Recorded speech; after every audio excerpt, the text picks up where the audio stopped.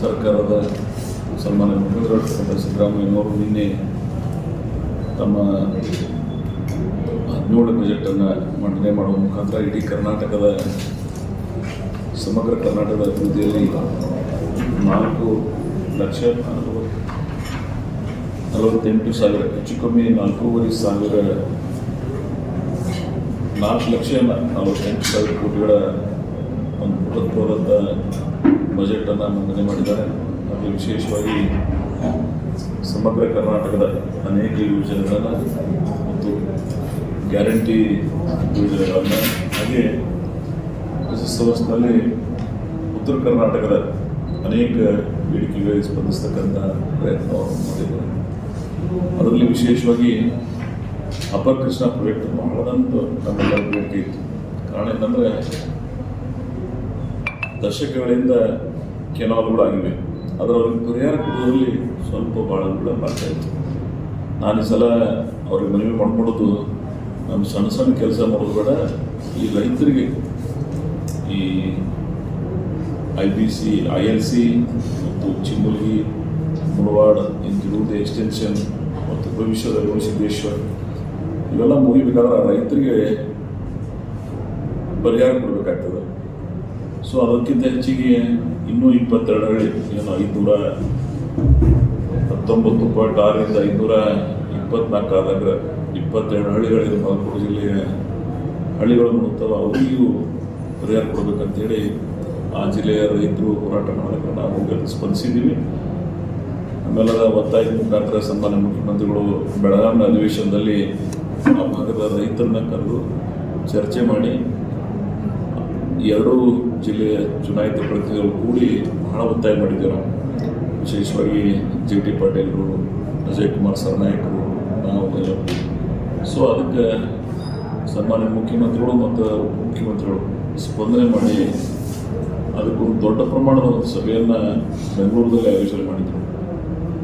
ಆ ಸಭೆಯಲ್ಲಿ ನಾವೇ ಲೀಡ್ ತಗೊಂಡು ನಾನೇ ಒತ್ತಾಯ ಮಾಡಿದ್ದೆ, ನಮಗೆ ನೀರು ಬರ್ತಾವೆ, ನಮಗೆ 30 ಲಕ್ಷ ಕೊಡ್ರಿ, ಆದರೆ ಅವರಿಗೆ ಯಾರು 22 ಹಳ್ಳಿ ರೈತರು ಭೂಮಿ ಬೆಳ್ಕೋತಾರೆ, ಗ್ರಾಮಗಳು ಮಾಡ್ತಾವೆ, ಅವರಿಗೆ ಸ್ವಲ್ಪ ಹೆಚ್ಚಿನ ಪ್ರಮಾಣದಾಗ 40 ಲಕ್ಷ ರೂಪಾಯಿ ಕೊಡ್ರಿ ಅಂತೇಳಿ ನಾವೇನು ಒತ್ತಾಯ ಮಾಡಿದ್ದೀವಿ. ಸರ್ಕಾರ ಅದಕ್ಕೆ ಪ್ರಾಮಾಣಿಕವಾಗಿ ಅವತ್ತು ಒಪ್ಪಿಕೊಂಡು ಒಂದು ಐತಿಹಾಸಿಕ ನಿರ್ಣಯವನ್ನು ಇವತ್ತಿನ ಅಂದಾಜಿಗೆ ಒಂದು 70,000 ಕೋಟಿ ರೂಪಾಯಿ ಆಗ್ತದೆ. ಸೊ ಇದು ಇಡೀ ಬಜೆಟ್ನಾಗೆ ಒಂದು ರೈತ ವರ್ಗಕ್ಕೆ ಭಾಳ ದೊಡ್ಡ ಪ್ರಮಾಣದ ಕೊಡುಗೆಯನ್ನು ಕೊಟ್ಟಿದ್ದಾರೆ. ಈ ಅವಿಭಾಜ್ಯ ಜಿಲ್ಲೆಯ ಜನ ನಾವು ಅದಕ್ಕೆ ಅವ್ರಿಗೆ ಋಣಿಯಾಗಿದ್ದೀವಿ. ನಾನು ಅದಕ್ಕಾಗಿ ತಮ್ಮ ಮುಖಾಂತರ ಇವತ್ತು ಕರ್ನಾಟಕ ಸರ್ಕಾರಕ್ಕೆ ಸನ್ಮಾನ್ಯ ಮುಖ್ಯಮಂತ್ರಿಗಳಾದ ಸಿದ್ದರಾಮಯ್ಯನವ್ರನ್ನ ಮತ್ತು ಉಪಮುಖ್ಯಮಂತ್ರಿಗಳಾಗಿರ್ತಕ್ಕಂಥ ನೀರಾವರಿ ಸಚಿವರಾದ DK ಶಿವಕುಮಾರ್ ಅವರಿಗೆ ನಾನು ವಿಶೇಷವಾದಂಥ ಅಭಿನಂದನೆಗಳು. ಈ ಭಾಗದ ರೈತರ ಅನೇಕ ದಿನಗಳ ಬೇಡಿಕೆ ಇತ್ತು. ಯಾಕಂದ್ರೆ ನಮ್ಮ ರೈತರು ಸಹಕರಿಸಿದರು, ನೀರು ಕೆನಾಲ್ ಆಗಲಿ ನಮ್ಮ ಪರಿಹಾರ ಬಂದೇ ಬರ್ತವೆ ಅಂತೇಳಿ. ಸೊ ನಮ್ಮೆಲ್ಲರ ಒತ್ತಾಯ ಇತ್ತು. ಸೊ ಸರ್ಕಾರ ಅದೊಂದು ಸ್ಪೆಷಲ್ ಕಾನ್ಸಂಟ್ರೇಷನ್ ಮಾಡಿ ಆ ಕಾರ್ಯ ಮಾಡಿದ್ದಾರೆ.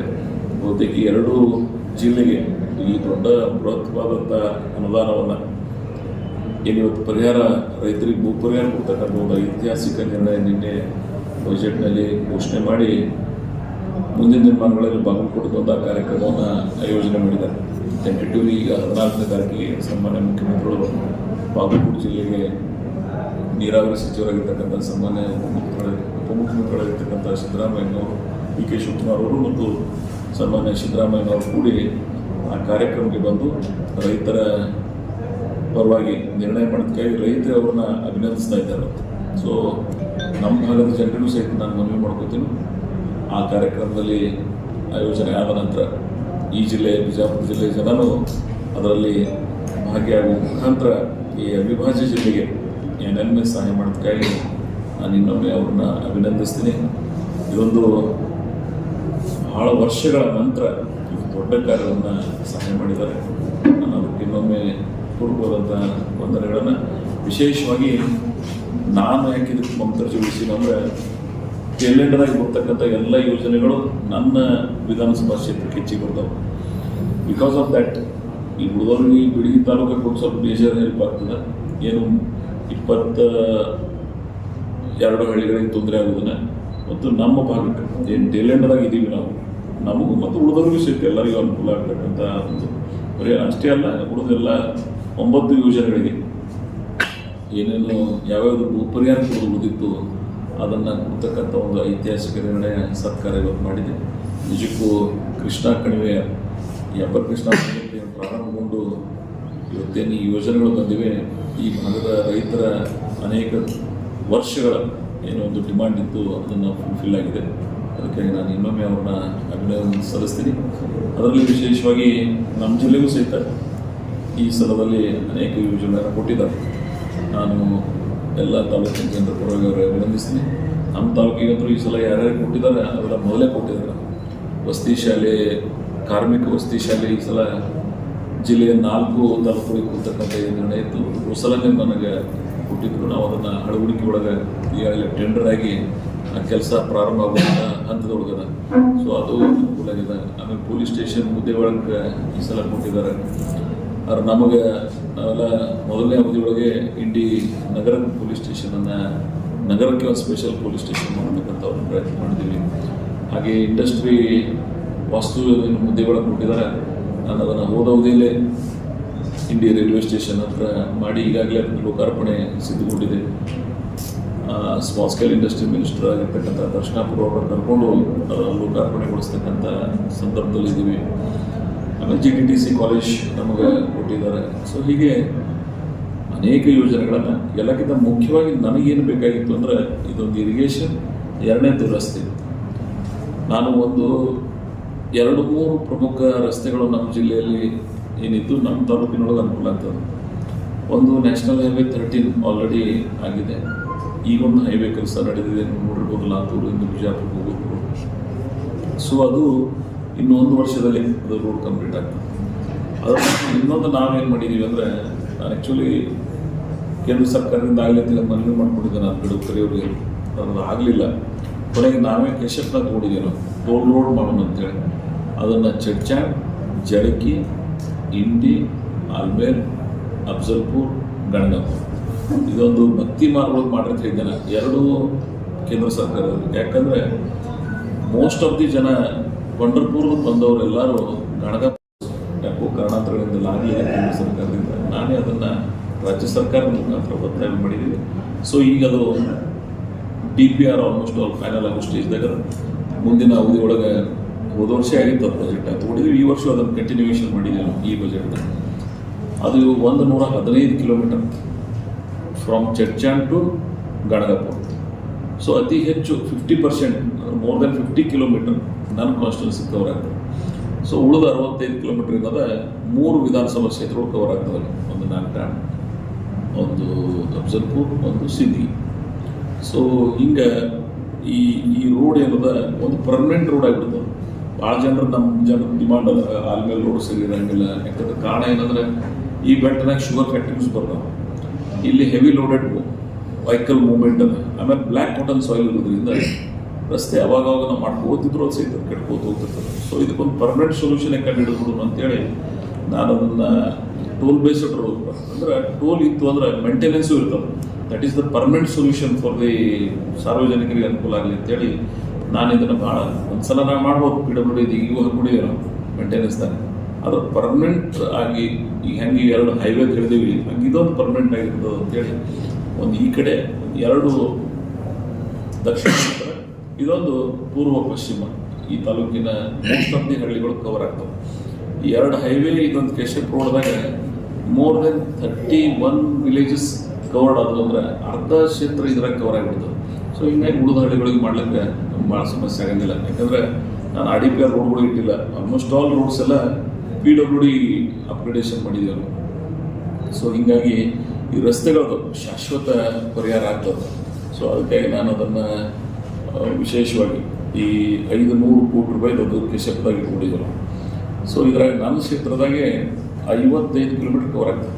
ಸೊ ಹೀಗಾಗಿ ಈ ಉಳಿದ 60 ಕಿಲೋಮೀಟ್ರ್ 3 ಕ್ಷೇತ್ರದವರು ಕೂಡಿ ಇದ್ರದ್ದು ಅನುಕೂಲ ಆಗ್ತದೆ. ಸೊ ಅದಕ್ಕೆ ಆಮೇಲೆ ಕಾರ್ಮಿಕ ಸ್ಕೂಲ್ ಏನು ಹೇಳಿದೆ ನಾನು ಈಗಾಗಲೇ 4,557 ಕೋಟಿ ರೂಪಾಯಿ ಯೋಜನೆಗಳಿಗೆ ಬಹುತೇಕ ಕರ್ನಾಟಕದ ಯಾವುದೇ ವಿಧಾನಸಭಾ ಕ್ಷೇತ್ರದಲ್ಲಿ ಎಷ್ಟು ದೊಡ್ಡ ಪ್ರಮಾಣದ ಯೋಜನೆಗಳು ಇಲ್ಲಿ ಪ್ರಾರಂಭ ಇಲ್ಲ. Only big in Indi. So ಈ ಕೆಲಸಗಳು ಈಗಾಗಲೇ ನಡೀತಾ ಇವೆ. ಅದರಲ್ಲಿ ಕಾರ್ಮಿಕ ಶಾಲೆಗೆ 34 ಕೊಟ್ಟಿದ್ದು. ಆಮೇಲೆ ಈ ಸಲ ಒಂದು ನಮ್ಮ ಗೋಳಸಾರ ಎಮ್ ಆರ್ ಪಾಟೀಲ್ ಭಾಳ ಸಲ ಹೇಳ್ತಿರಲ್ಲ, ಅವರು ಹಿರಿಯರು ಅಲ್ಲೊಂದು ಬ್ರಿಡ್ಜ್ ಕಮ್ ಬ್ಯಾರೇಜ್ ಮಾಡ್ರಿ ಅಂತೇಳಿ, ಅದೊಂದು 6.5 ಕೋಟಿ ರೂಪಾಯಿ ಅದಾಗಿ ಕೊಟ್ಟಿದ್ದ, ಒಂದು ಪರ್ಮನೆಂಟ್ ಸೊಲ್ಯೂಷನ್. ಯಾಕೆ ನಾ ಬ್ರಿಡ್ಜ್ಗಳು ಮಾಡ್ಲಾಕತ್ತೀನಿ ಅಂದರೆ, ಆ ಬೆಲ್ಟ್ನಾಗ ಭೀಮಾ ನದಿ ದಂಡಿ ಮತ್ತು ನಡುವೆ ಒಂದು ದೊಡ್ಡ ಹಳ್ಳದ, ಅದು ಬುಗ್ನಾಳ್ ಟ್ಯಾಕ್ದಿಂದ ಪ್ರಾರಂಭ ಆಗಿ ನಾದ್ಮೇಲಿಂದು ನಿಮ್ಗೆ ಮಿರ್ಗಿ ಹತ್ರ ಕೂಡುದು. ಭಾಳ ಸಲ ನನಗೆ ಮಿರ್ಗಿ ಹಿರಿಯರು ಹೇಳ್ತಿದ್ರು, ಅವಾಗ ನಾವು ಕೂತಿದ್ದೀವಿ ಅಂತ. ನಾನು ಅದಕ್ಕೆ ಮಿರ್ಗಿ ಮತ್ತು ರೋಡ್ಗಿ ಒಂದು ಬ್ರಿಡ್ಜ್ ಮಾಡಿಸ್ಕೊಂಡೆ. ಮುಂದೆ ಗೊಳಸಾರ ಶಿವಪುರದವ್ರಿಗೆ ಸುತ್ತ ಹಾಕಿ ಬರಬೇಕಾಗ್ತಿತ್ತು, ಅಲ್ಲೊಂದು ಅವ್ರಿಗೆ ಬ್ರಿಡ್ಜ್ ಕಮ್ ಬ್ಯಾರೇಜ್ ಮಾಡಿಕೊಟ್ಟಿವಿ. ಸೊ ಇವರಿಗೂ ಒಂದು ದೊಡ್ಡ ಪ್ರಮಾಣದ ಬ್ರಿಡ್ಜನ್ನು 6,50,00,000 ರೂಪಾಯಿ. ಅವ್ರೇನು ಭಾಳ ದಿನದ ಡಿಮಾಂಡ್ ಏನಿತ್ತು ಎಮ್ ಆರ್ ಪಾಟೀಲ್ರ ಅಂತ ಅವ್ರ ಹಿರಿಯರೆಲ್ಲರದು ಅಲ್ಲಿದ್ದು, ಅವರು ಆ ಕೆಲಸ ಇವತ್ತು ಹಾಕಿಬಿಟ್ಟಿದ್ರು. ಆಮೇಲೆ ಇನ್ನೊಂದು ಒಳ್ಳೊಳ್ಳೆ ಒಳಗೆ ನಮ್ಮ ವಾಲಿ ಸೌಕರ್ ಅಲ್ಲಿ ಒಂದು 4,40,00,000 ರೂಪಾಯಿ ಒಂದು ಬ್ರಿಡ್ಜ್, ಅದನ್ನು ಈ ಬಜೆಟ್ನಾಗ ಅದೊಂದು ಹಾಕೊಂಡಿದ್ದೀವಿ. ಆಮೇಲೆ ಈಗೇನು ಇಂಡಿ ಸಣ್ಣ ಕೈಗಾರಿಕೆ ಅದಲ್ಲ, 19,30,30,00,000 ರೂಪಾಯಿ ಅದ. ಇವೆಲ್ಲ ಕೆಲಸ ನಡೆದವು. ಒಟ್ಟಾರೆ ನನ್ನ ಕ್ಷೇತ್ರದೊಳಗೆ 4,817 ಕೋಟಿ ರೂಪಾಯಿ ನಡೆದವೆ ಆಲ್ಮೋಸ್ಟ್. ಇವೆಲ್ಲ 22,028ಕ್ಕೆ ನಾನು ಮೊನ್ನೆ ಚಾಕ್ವಲ್ಲಿ ವಿಸಿಟ್ ಮಾಡಿದ್ದೆ. ರೇವಣಸಿದ್ದೇಶ್ವರ ಯಾತ್ನೀರಾವರಿ ಯೋಜನೆ 90% ವರ್ಕ್ ಕಂಪ್ಲೀಟ್ ಆಗಿದೆ ಚಾಕ್ವಲ್ಲಿ. ಸೊ ಇದೇನು ಈ ವರ್ಷನಾಗ ಫಸ್ಟ್ ಫೇಸ್ ಕಂಪ್ಲೀಟ್ ಮಾಡ್ತೀವಿ, 27ರಾಗ ಸೆಕೆಂಡ್ ಫೇಸ್ ಕಂಪ್ಲೀಟ್ ಮಾಡ್ತೀವಿ, ಥರ್ಡ್ ಫೇಸ್ 28ರಾಗ ಕಂಪ್ಲೀಟ್ ಮಾಡ್ಬೇಕಂತೇಳಿ ಯೋಜನೆಗಳು ಇಟ್ಕೊಂಡಿದ್ವಿ. 4 ತಿಂಗಳು ದೊಡ್ಡ ಕೆಲಸ ಇರ್ತದೆ, ಹೆಚ್ಚು ಕಡಿಮೆ ಆಗ್ಬೋದು. ಅದ್ರ ಒಟ್ಟಾರೆ ಈ 3,000 ಕೋಟಿ ರೂಪಾಯಿದ ಏನು ಯೋಜನೆ ಇದೆ, ಶ್ರೀ ಗುರು ರೇವಣಸಿದ್ದೇಶ್ವರ ಯಾತ್ರಿ ನೀರಾವರಿ ಯೋಜನೆ, ಕರ್ನಾಟಕದ ನೀರಾವರಿ ಇಲಾಖೆಯೊಳಗೆ ಒಂದು ದೊಡ್ಡ ಪ್ರಮಾಣದ ಬೃಹತ್ ಗಾತ್ರದ ಯೋಜನೆ ಕೊಟ್ಟಿದ್ದಾರೆ. ನಾನು ಸನ್ಮಾನ್ಯ ಮುಖ್ಯಮಂತ್ರಿಗಳನ್ನು ಮತ್ತು ಉಪಮುಖ್ಯಮಂತ್ರಿಗಳನ್ನು ಯಾವ ಪದಗಳಿಂದ ಧನ್ಯವಾದ ಹೇಳಿದ್ರು ಕಡಿಮೆನೇ. ಇಂಥ ಫೈನಾನ್ಷಿಯಲ್ ಕ್ರೈಸಿಸ್ದಾಗ ಇವರು ನಮಗೆ ಈ ಪ್ರಮಾಣದ ಸಹಾಯ ಮಾಡಿದ್ದಾರೆ. ನಾನು ಆ 28,000 ಹೆಕ್ಟರ್ ನೀರಾವರಿ, 21,500 ಎಕರೆ ಇಂಡಿ ವಿಧಾನಸಭಾ ಕ್ಷೇತ್ರಕ್ಕೆ, 6,500 ಎಕರೆ ನಾಲ್ಕಾಣ್ ವಿಧಾನಸಭಾ ಕ್ಷೇತ್ರದ ಚಡ್ಚಾಣ್ ತಾಲೂಕಿನ ಹಳ್ಳಿಗಳಿಗೆ ಏನು ಕವರ್ ಆಗ್ತದೆ, 73,000 ಎಕರೆ ನೀರಾವರಿ ಆಯಿತು ಅಂದರೆ ಜನರ ಬದುಕಿ ಬದಲಾವಣೆ ಆಗ್ತದೆ. ನಾನು ಬರೀ ಹೋದ ಸಲ ಫೆಬ್ರವರಿ 4ನೇ ತಾರೀಕಿಗೆ 19 ಕೆರೆಗಳ ತುಂಬಲಿಕ್ಕೆ ಚಾಲನೆ ಕೊಟ್ಟಿದ್ದೀವಿ. ನಾವು 1 ವರ್ಷ ಆಯಿತು. ನೀವೆಲ್ಲ ನೋಡ್ಬೋದು ಆ ಕೆರೆಗಳು ತುಂಬಿದಂಥ ಪ್ರದೇಶದೊಳಗೆ ಜನರ ಭಾವನೆ ಹೇಗೆ ಅಂದರೆ, ಅವ್ರ ಬೆಳೆಗಳು ಯಾವ ರೀತಿ ಬೆಳೆದಾರ, ಅವ್ರ ಉತ್ಪನ್ನ ಹೆಂಗಾಗ್ಯದ, ಅವ್ರ ಬದುಕಿಗೆ ಬದಲಾವಣೆ ಹೆಂಗಾಗ್ಯದ. ಸೊ ನನಗೆ ಈ ನೀರು ಬಂತಂದರೆ ಆಲ್ಮೋಸ್ಟ್ ನಮ್ಮ ತಾಲೂಕ 80%, 79 ಹೆಚ್ಚು ಕಮ್ಮಿ 80% ನೀರಾವರಿ ಆಯಿತು ಅಂದರೆ ಅವ್ರ ಬದುಕು ಹಸನಗೊಳ್ಳುತ್ತದೆ. ಅದಕ್ಕಾಗಿ ನಾನು ಯಾವ್ಯಾವ ಅಸಾಧ್ಯವಾಗಿದ್ದು ಯೋಜನೆಗಳದ್ದು, ಇವು ಕೆರೆ ತುಂಬು ಯೋಜನೆಗಳು ಮೊದಲು ಒಂದು 4, ಆಮೇಲೆ ಒಂದು 19, 23 ಕೆರೆಗಳು, ಆಮೇಲೆ ಶ್ರೀ ಗುರು ರೇವಣಸಿದ್ದೇಶ್ವರ ಯಾತ್ರಿ ಅವರ ಯೋಜನೆ, ಆಮೇಲೆ ಮೊದಲು ILC 120ಗೆ ನಿಂತಿತ್ತು.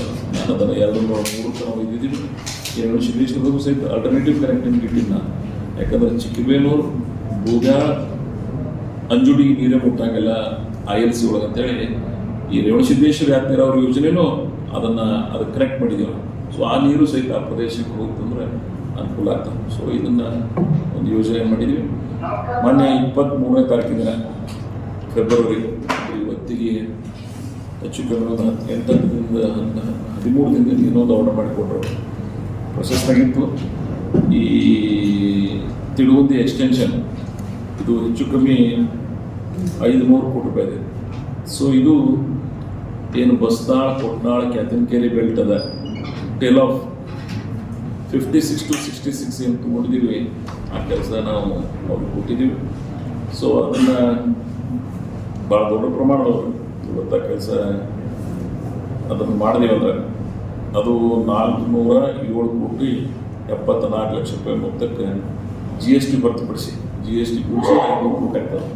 ಸೊ ಇವೆಲ್ಲ ದೊಡ್ಡ ಪ್ರಮಾಣದ ಕೆಲಸ ಮಾಡಿಕೊಟ್ಟಿದ್ದಾರೆ. ಅದು ಬೋರ್ಡ್ ಮೀಟಿಂಗ್ 23ನೇ ತಾರೀಕಿಗೆ ಪೋಸ್ಟಿಂಗ್ಸ್ ಸರಿಯಾಗಿ ಈ ಕಾಪಿ ಬರೋದು. ಸೊ ಅದಕ್ಕೆ 8 ದಿನದಿಂದ ಬಂದದು. ಈ ಯೋಜನೆ ನಾವು ತೊಗೊಂಡಿದ್ದೀವಿ. ಬಟ್ ಈಗ ಫೈನಲ್ ಆರ್ಡರ್ ಮಾಡಿಕೊಟ್ಟಿದ್ದಾರೆ, ಇನ್ನು ವರ್ಕ್ ಸ್ಟಾರ್ಟ್ ಆಗ್ತದೆ.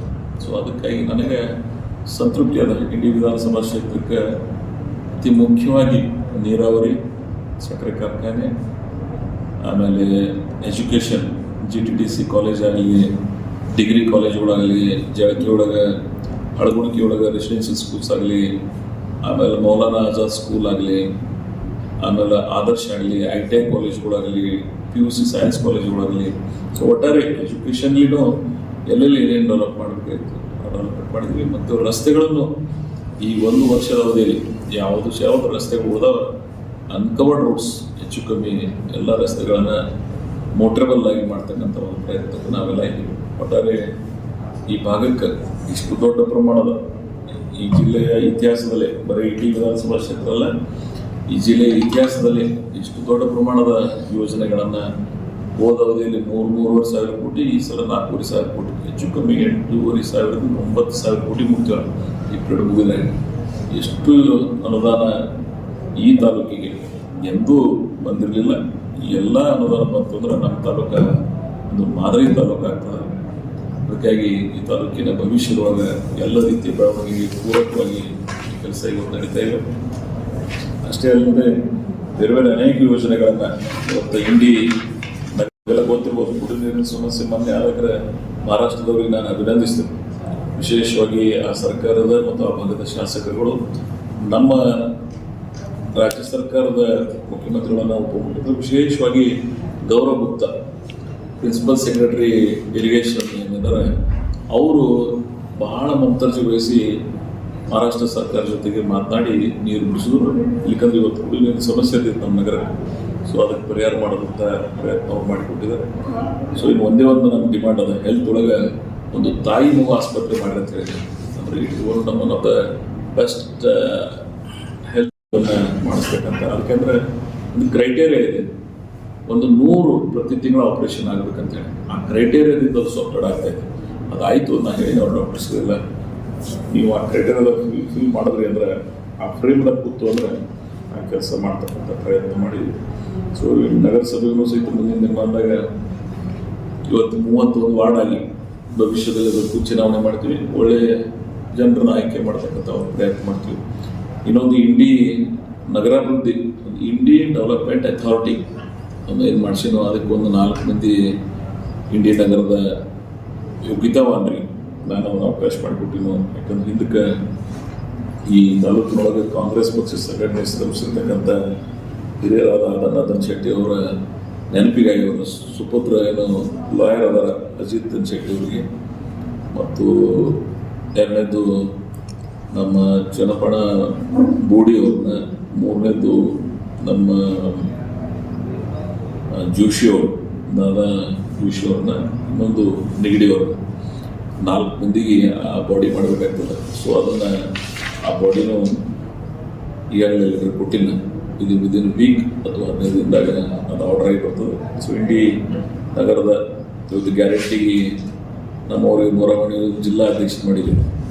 ಸ್ಟೇಟ್ ಲೆವೆಲ್ ಇವತ್ತು ಒಬ್ಬರು ನಮ್ಮ ಹಿರಿಯರಾಗಿರ್ತಕ್ಕಂಥ ಭೀಮಣ್ಣ ಕೋಹ್ಲಿ ಅವರಿಗೆ ಕ್ಯಾಬಿನೆಟ್ ರ್ಯಾಂಕು ಕೊಟ್ಟರು ಮನೆ ಅವ್ರ ಪಾಪಲ್ಲ. ಸೊ ನನಗಾಗಿ ಯಾರ್ಯಾರು ಶ್ರಮಿಸಿದ್ರು ಅವರಿಗೆ ಅನೇಕ ಅವಕಾಶಗಳನ್ನು, ಹುದ್ದೆಗಳನ್ನು, ಎಲ್ಲ ಸಮುದಾಯದ ಸಮತೋಲನವನ್ನು ಮತ್ತು ಪಕ್ಷದವರೆಗೂ ಬೇರೆ ಬೇರೆ ಅಧಿಕಾರದೊಳಗಲ್ಲ. ಒಟ್ಟಾರೆ ಬಸವ ತತ್ವವನ್ನು ಪಾಲನೆ ಮಾಡ್ತಕ್ಕಂಥ ಪ್ರಯತ್ನ ನಾವೆಲ್ಲ ಇಲ್ಲಿ ಮಾಡಿದ್ದೀವಿ. ಒಟ್ಟಾರೆ ಈ ಕ್ಷೇತ್ರದ ಅಭಿವೃದ್ಧಿ ಮತ್ತು ಸಾಮಾಜಿಕ ಕಳಕಳಿಯನ್ನು ಇಟ್ಕೊಂಡು ಇಷ್ಟೆಲ್ಲ ನಡೀತಾ ಇದೆ. ಅದಕ್ಕಾಗಿ ನಮಗೆ ನಾನು ವಿಶೇಷವಾಗಿ ಇನ್ನೊಮ್ಮೆ ಮುಖ್ಯಮಂತ್ರಿಗಳನ್ನು ಉಪಮುಖ್ಯಮಂತ್ರಿಗಳ ಈ ನೀರಾವರಿ ಭೂಮಿ ಕಳ್ಕೊಂಡು ಅವರಿಗೆ ಪರಿಹಾರ ಕೊಡ್ತಕ್ಕಂಥ ಕಾರ್ಯ ಮಾಡೋದಕ್ಕಾಗಿ ನಾನು ಇನ್ನೊಮ್ಮೆ ರೈತ ಸಮೂಹದ ಪರವಾಗಿ ನಾನು ವಿಶೇಷವಾದ